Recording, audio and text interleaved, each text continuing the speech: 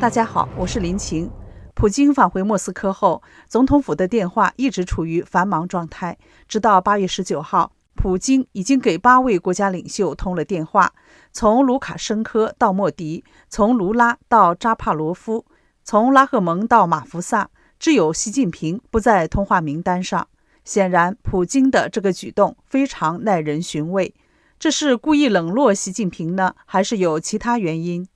另一边，川泽会已经有了初步的结果，泽连斯基与普京直接会晤的可能性正在提升，美俄乌三方峰会也在推进过程中，和平的曙光开始在地平线上闪动，全世界都在翘足以待。在这样的一个历史关键时刻，习近平缺席了，他躲到哪个角落去了呢？8月19号，美国总统川普敦促乌克兰总统泽连斯基、俄罗斯总统普京与他本人举行一场三边会晤，结束长达3年半的乌克兰战争。泽连斯基对川普的提议做出迅速响应。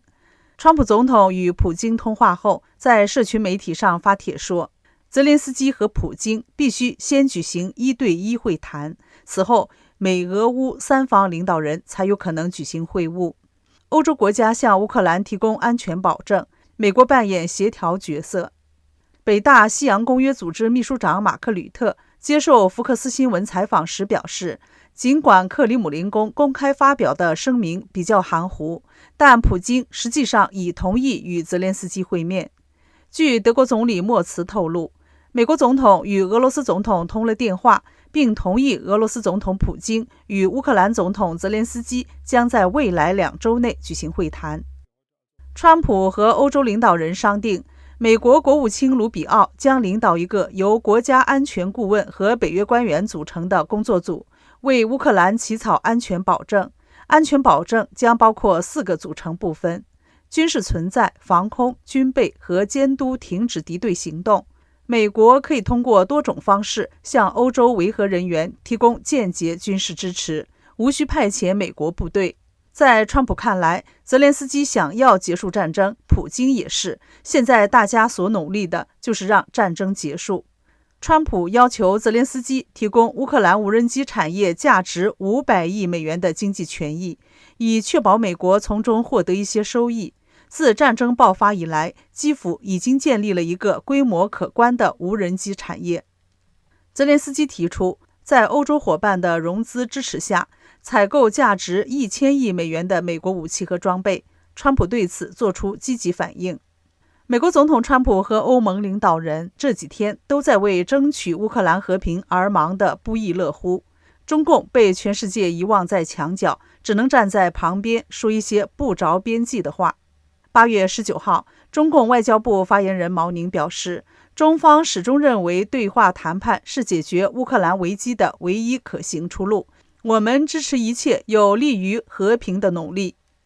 这话怎么看都是轻飘飘的，可有可无，说明中共在乌克兰和平进程中找不到容身之地，连普京这个拆不散的真伙伴似乎也忘了中共这个搬不走的好邻居。普京返回俄罗斯后，莫斯科总统府的电话一直处于繁忙状态。带有民族主义倾向的中共准官媒观察者网8月19号报道，在阿拉斯加与美国总统川普会晤后，普京已经拨通8国领导人电话，从明斯克到新德里，从巴西利亚到比什凯克，唯独北京不在通话名单上。克里姆林宫新闻局消息说，普京在电话中向多国领导人介绍了他与川普在阿拉斯加会晤的情况，相关领导人则分别重申了支持和平解决乌克兰危机，并表示期待继续保持沟通。印度总理莫迪在社交平台 X 上发文表示，感谢我的朋友普京总统来电，并分享了会晤见解。巴西总统卢拉在通话中强调，此次通话具有重要意义，特别是在由巴西共同主持的乌克兰危机和平之友小组持续推进努力的背景下，两国领导人彼此都重申了在金砖国家框架下保持对话与密切合作的共同利益。南非总统拉马福萨表示支持通过外交努力和平解决乌克兰危机。塔吉克总统拉赫蒙对通过政治和外交方式推动和平表示欢迎。吉尔吉斯斯坦总统加帕罗夫则表示支持为乌克兰局势寻求持续解决方案的努力。此前，普京已与白俄罗斯、哈萨克斯坦和乌兹别克领导人讨论了双普会的结果。习近平为什么不在普京的通话名单中呢？普京的做法似乎很不合常理，不合常理的事情一定有更深的原因。这个原因又是什么呢？普京是故意冷落习近平吗？有可能。川普递过来的橄榄枝的吸引力够大了，如外媒所说，川普给足了普京面子，铺红地毯，一架 B-2 幽灵隐形战略轰炸机带领美军战机编队从上空呼啸而过，引得普京举头观看，欢迎的仪式感非常强烈。这是普京从国际弃儿走向国际舞台的一个开始。普京之所以成为国际弃儿，都是中共暗中促成的，给他提供军民两用装备，购买俄罗斯石油和天然气，支持他继续在乌克兰战争中消耗下去。战争进行了3年多，乌克兰损失不小，但俄罗斯也没占多大便宜，自己受到欧盟和美国的制裁，而中共却扮演调停者的好人角色，捞尽好处。这些事普京应该是心知肚明，是川普给了他一次改善俄美关系的机会，他能放过吗？而北京那边的账也要算清楚，但自己不能这么快翻脸，只能先这么冷一下，让习近平明白现在国际大气候已经变了。这只是一种推测，普京作为长袖善舞的政客，玩弄权术的手段不可谓不纯熟。故意冷落他几年来倚重的习近平似乎不太可能，最有可能的情况是习近平本人出了大问题。到目前为止，俄罗斯官方和中共官方都没有提到普京致电习近平的消息，这与普京飞往阿拉斯加之前主动致电北京和新德里的举动大不相同。8月8号，普京主动与习近平和莫迪通报了他与美国就乌克兰和平谈判的相关情况。习近平在通话中说，无论形势如何变化，中共都将坚持一贯立场，坚持劝和促谈，乐见俄美双方保持接触，改善彼此关系，推动乌克兰危机政治解决进程。如今，普京已经答应川普可以进行俄乌双边谈判，和平曙光已经闪现。一旦俄乌真的达成和平协议，习近平的一切算计都将化为灰烬。如果不是普京故意冷落习近平，那可能习近平的身体真的出了大问题。8月15号，旅居美国的上海企业家、自媒体人胡立任在其频道《真实中国》中透露，8月14号深夜，上海3名顶级医学专家被紧急召入北京301医院核心病区，为习近平会诊。胡立任提到，他曾经得到过一份无法确认真伪的习近平的病历，显示他身患多种疾病，包括老年性脑萎缩、帕金森症、甲状腺功能减退、慢性心功能不全、肾功能轻度减退、高脂血症及酒精性脂肪肝。尽管中共党魁的身体状况属于国家机密，其病历未必能轻易外泄，但不排除习近平在北戴河会议期间受到刺激，特别是在双普会上，普京面见川普后的一番讲话，说俄美关系展开新的一页，让中俄无上限关系相形见绌，不免急火攻心呢。这很可能是普京至今没和习近平通报双普会结果的原因。就算习近平身体能挺过去，目前国际大形势已经发生了彻底改变，人们盼望在川普总统的参与下，俄乌双方签下和平协议，到时候中俄无上限关系也就歇菜了。其实中俄关系本来就是同床异梦，所以普京在俄乌战事最紧要的关头，宁可向朝鲜金三胖求援，而不是找习近平。2025年4月28号，朝鲜劳动党中央军事委员会向朝鲜官方朝中社发布的一份声明中表示，金正恩已派遣军队与俄罗斯军队并肩作战，这是莫斯科与平壤之间共同防御条约的一部分。在平壤确认后，俄罗斯总统普京对金正恩表示了个人感谢和赞赏，称他的国家朝鲜朋友的行动是出于团结、正义和真正的同志情谊。普京和金正恩2024年6月签署了全面战略伙伴关系条约。普京的发言人后来表示，俄罗斯准备向朝鲜提供军事援助。乌克兰官员今年早些时候表示，约有14000名朝鲜人被部署对抗乌克兰军队，其中包括3000名增援部队，他们被派去取代朝鲜人在早期战场上的损失。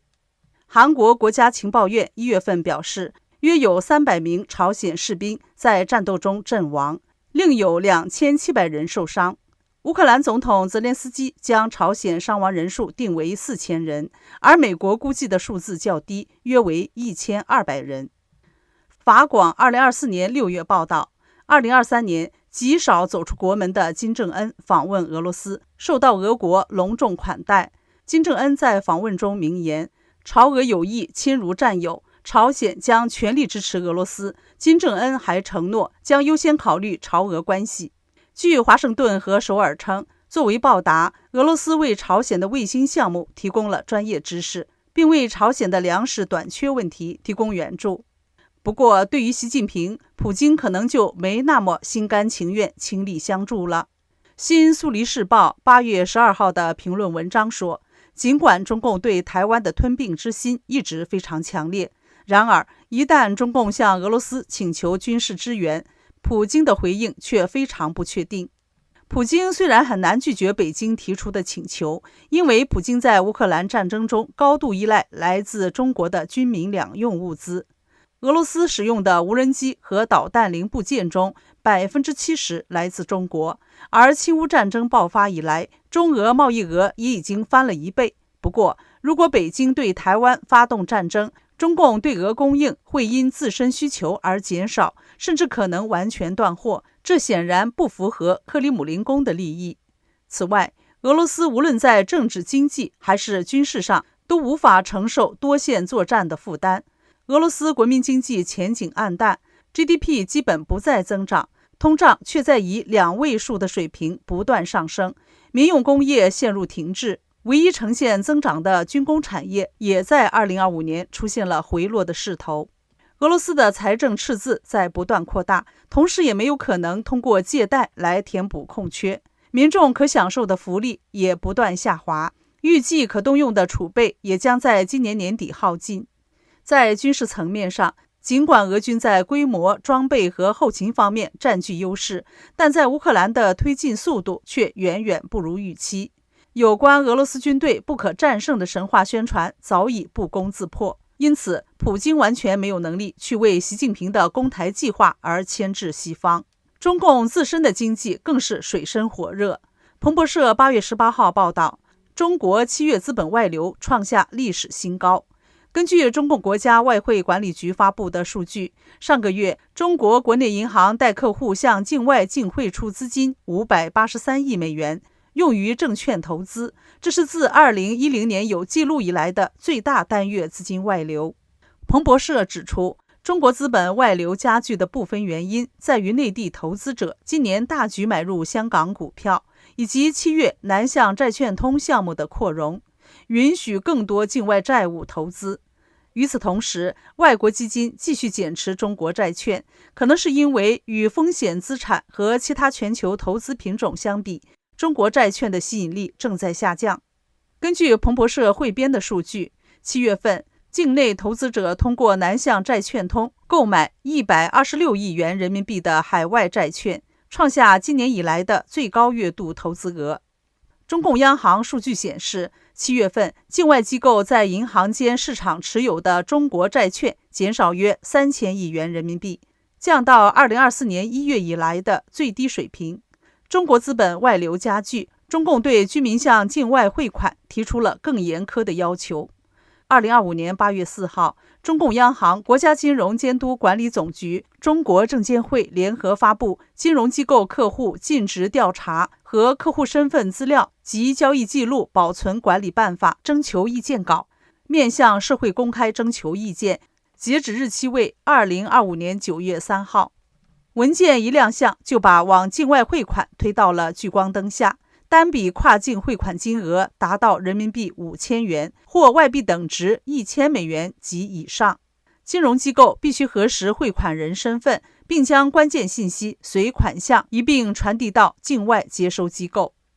这意味着触发核验的门槛由此前市场熟悉的$10,000大幅下调到$1000。客户身份资料在业务关系或一次性金融服务结束后至少保存10年，交易记录自交易结束后至少保存10年。即便低于$5000或$1000，只要机构认定存在洗钱或恐怖融资嫌疑，仍要核实身份，必要时1分钱的转账也可能被拦下。可以说，中共从9月1号起强制实行的社保新规开启了抢钱模式，而境外汇款新规开启了拦截模式，这都是中共穷途末路的症状。这里是大时局，感谢您的陪伴与思考，请订阅、分享并打开小铃铛，一起在动荡中坚守真相，在黑暗中点燃希望。